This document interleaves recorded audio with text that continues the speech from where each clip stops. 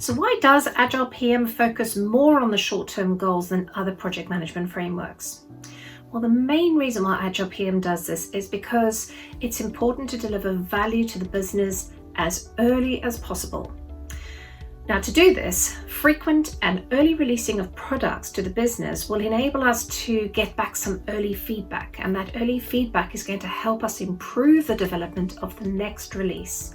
Ultimately, what this leads to is the right product being developed with the involvement of the appropriate stakeholders throughout the development lifecycle of the product. Remember to like and subscribe, and if you're interested in free project management resources, click the link below in the description. So follow Good eLearning on Facebook, Instagram and Twitter for regular project management resources such as posters, articles and study guides.